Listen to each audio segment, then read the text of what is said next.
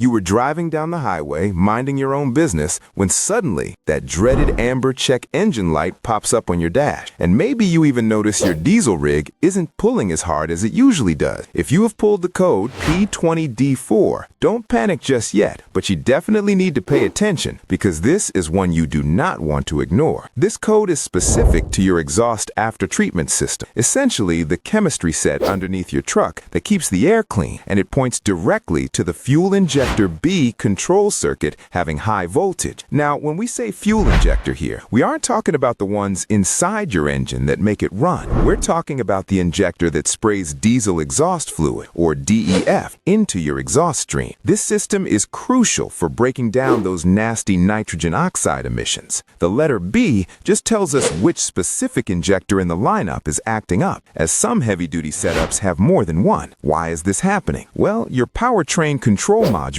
is seeing a voltage spike that shouldn't be there. This could be a glitch, but more often than not, it is a physical issue. Since these wires run underneath the vehicle near extremely hot exhaust components, it is very common to find melted wiring or a connector that is rattled loose or corroded over time. If you ignore this, you are looking at diminished engine performance, a lot of black smoke dumping out of your tailpipe, and eventually, the truck might even go into a limp mode to protect itself. Before you go out and buy an expensive new injector or controller, grab a flashlight, crawl under there, and trace that wiring harness. You are looking for any sign of burns, breaks, or green corrosion on the pins. You will also need a digital volt ohm meter to check if the power supply is consistent and to see if the injector itself has the right resistance. If the wiring looks good and the voltage is correct coming from the computer, then and only then should you suspect the injector itself has failed. Remember, this system relies on precision, so if that injector cannot spray the exact right amount of fluid because of a circuit issue, your filter gets clogged and things get expensive fast. Start with the simple visual checks, clear the code,